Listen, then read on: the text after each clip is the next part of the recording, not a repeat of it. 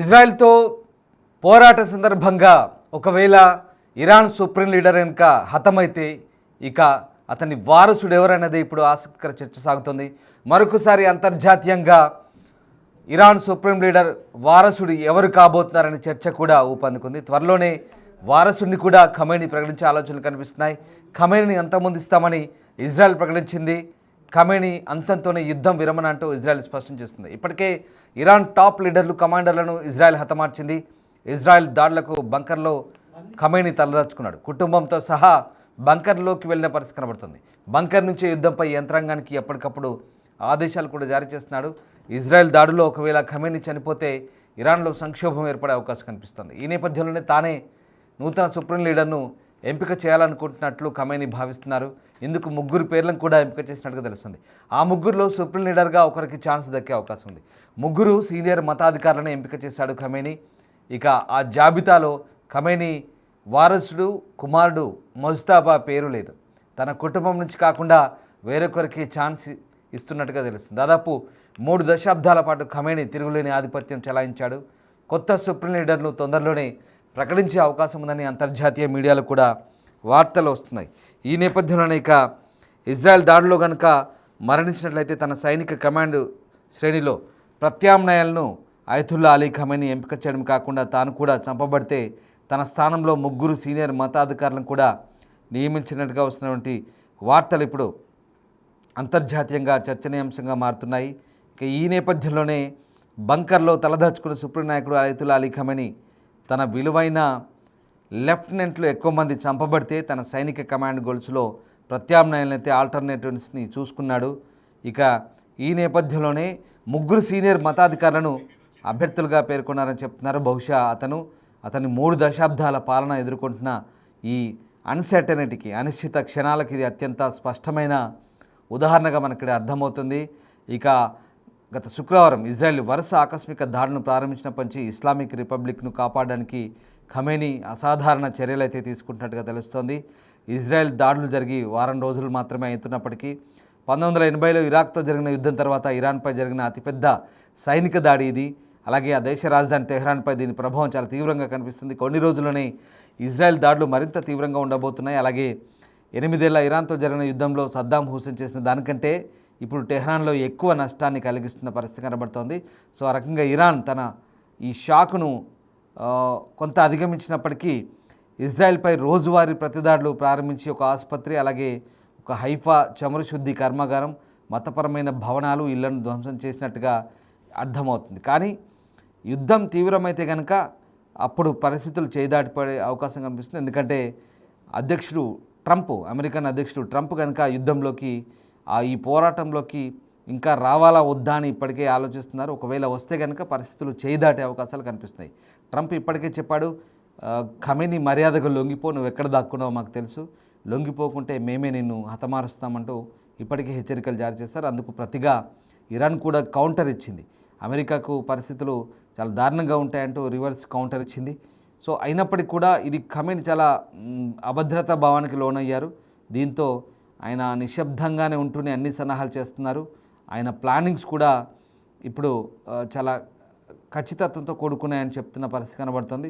So ఆ రకంగా Iran నాయకత్వానికి సంబంధించి ఇప్పుడు కొంత కష్టకాలం వచ్చే అవకాశం ఉంది. కాబట్టి ఇప్పటికే అంటే ఆ లీడర్షిప్ను దెబ్బతినకుండా ఖమేనీ జాగ్రత్త పడుతున్నాడు. దీంతోనే ఆ ముగ్గురు సీనియర్ మతాధికారులను ఇప్పుడు ఎంపిక చేసినట్టుగా తెలుస్తుంది.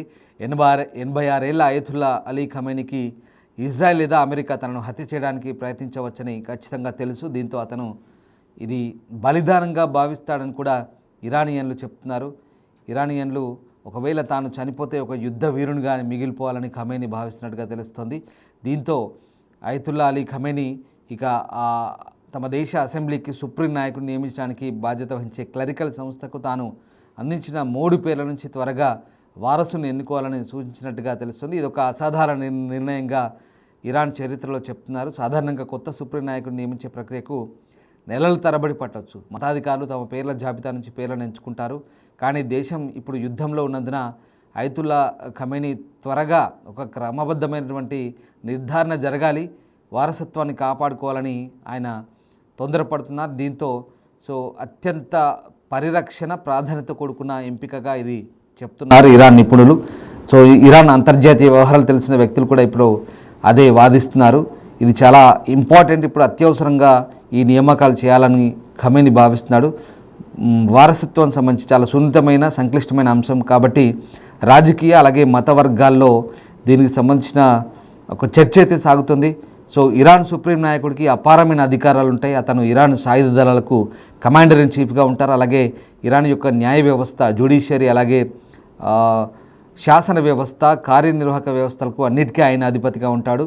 సో అతను వాలీ ఫకీ కూడా, అంటే షియా విశ్వాసం యొక్క అత్యంత సీనియర్ సంరక్షకుడు. షియా మతం ఇరాన్ అనేది ఇప్పుడు ప్రస్తుతం రెవల్యూషన్ తర్వాత ఒక మత ప్రాతిపదికన ఏర్పడిన దేశంగా ఇప్పుడు పేరుగాంచింది. సో షియా మతానికి ఇప్పుడు అత్యంత సీనియర్ సంరక్షకుడుగా ఈ సుప్రీం లీడర్ వ్యవహరిస్తారు. ఇప్పటిదాకా ఉన్న అయతుల్లా అలీ ఖమేనీ కుమారుడు మతాధికారి, అలాగే ఇస్లామిక్ రెవల్యూషనరీ గార్డ్ కార్ప్స్కు దగ్గరగా ఉన్న ఈ ముస్తాఫా ఎవరైతే ఉన్నారో అయితే మధ్యశ్రేణి మత నాయకుడిగా చెప్తున్నారు. పూర్తి స్థాయిలో ఇంకా అంత విశ్వాసం పొందలేదు. సో అతనైతే ప్రస్తుతం ఆ లిస్టులో లేడని చెప్తున్నారు. ఇరాన్ మాజీ కన్జర్వేటివ్ అధ్యక్షుడు ఇబ్రహీం రైసీ కూడా 2024 హెలికాప్టర్ ప్రమాదంలో మరణించే ముందు ఆయన ఫ్రంట్ రన్నర్గా ఉన్నాడు. అంటే ఖమేనీ తర్వాత ఈ ఎవరైతే ఇబ్రహీం రైసీ నెక్స్ట్ ఇరాన్కు దేశ సుప్రీం లీడర్ అవుతారంటూ అందరూ భావించారు, కానీ ప్రమాదవశాత్తు ఆయన మరణించాడు. దాంతో ఇప్పుడు మరి ఖమేనీ వారసుడు ఎవరనేది కూడా ఒక ఆసక్తికర చర్చ అయితే సాగుతోంది. సో మొత్తం మీద తాను లొంగిపోనంటూ ఖమేనీ ఛాలెంజ్ చేస్తున్నాడు అగ్రదేశాలకు. కానీ అదే సమయంలో తాను కనుక దాడిలో హతమైతే ఏంటనే పరిస్థితి కూడా ఆలోచించి ఇప్పుడు చాలా తీవ్రంగా వారసత్వం గురించి చర్చ అయితే సాగుతుంది. సో ముగ్గురు లీడర్ అని ఇప్పుడు ఎంపిక చేసినట్టుగా తెలుస్తుంది. ప్రస్తుతం అయతుల్లా అలీ ఖమేనీ సెంట్రల్ టెహ్రాన్లోని బీట్ రహబారీ లేదా నాయకుడి ఇల్లు అని పిలువబడే అత్యంత సురక్షితమైన కాంపౌండ్లో నివసిస్తున్నారు. అంటే ఆయన ప్రస్తుతం అక్కడి నుంచి లావిజాన్ అనే ఒక బంకర్ ప్రాంతానికి వెళ్ళినట్టుగా చెప్తున్నారు. సో అక్కడి నుంచే మొత్తం నిర్ణయాలు తీసుకుంటున్నారు. ఎప్పుడైతే ఈ బీట్ రబ్బారీ ప్రాంతం నుంచే మనం చూస్తుంటాం కొన్ని సోషల్ మీడియాలో పెద్ద పెద్ద ప్రసంగాలు ఇస్తుంటారు. అప్పుడందరూ ఖమేనీ సుప్రీం లీడర్ రాగానే జయ జయ ధ్వానాలు కొడుతూ ఇరాన్ జెండాలు పట్టుకొని ఆయనకు ఒక్కసారిగా ఆయన రాగానే గౌరవపూర్వకంగా ఆయనకు స్వాగతం పలుకుతుంటారు. ఆయన మాట్లాడిన ప్రతి మాటకి జయజయలు కొడుతుంటారు. అదే ఈ బీర్ రబ్బారీ ఇల్లు. అది వేలాది మంది అక్కడికి వచ్చి సమావేశం అవడానికి కూడా ఆయన ప్రసంగాలకు కూడా వేదిక అది. ప్రస్తుతం ఆ వేదిక వెలవెలబోతోంది. ఇజ్రాయెల్ దాడులతో అక్కడి నుంచి ఖమేనీ తప్పించుకొని పారిపోయాడు. ప్రస్తుతం ఒక లాబిజాన్ అనే ప్రాంతంలో ఉంటున్నట్టుగా అంతర్జాతీయ మీడియా చెప్తోంది. అక్కడ వెళ్ళి బంకర్లో తలదాచుకున్నట్టుగా చెప్తున్నారు. సో ప్రస్తుతానికైతే ఇరాన్లో పరిస్థితులు బాగాలేవు కాబట్టి ఖచ్చితంగా రహస్య స్థావరంలోనే ఆయన ఉంటున్నాడు. అక్కడి నుంచే ఈ ప్లానింగ్స్ అన్నీ కూడా చేస్తున్న పరిస్థితి కనబడుతుంది. ఎక్కడ ఇజ్రాయెల్ అమెరికా చొరబడి తనని మట్టుబెడుతుందని భయంతో ప్రస్తుతం అతను ఉన్నట్టుగా తెలుస్తుంది.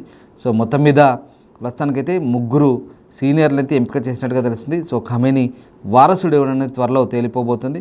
సో మొత్తం మీద ఇరాన్లో ప్రస్తుతం సుప్రీం లీడర్గా వారసత్వం సంబంధించి ఒక చర్చ అయితే సాగుతున్న నేపథ్యంలో ప్రస్తుతం ఈ అంశం అంతర్జాతీయంగా ఒక ప్రాధాన్యత సంతరించుకున్న పరిస్థితులు అయితే మనకు కనబడుతున్నాయి.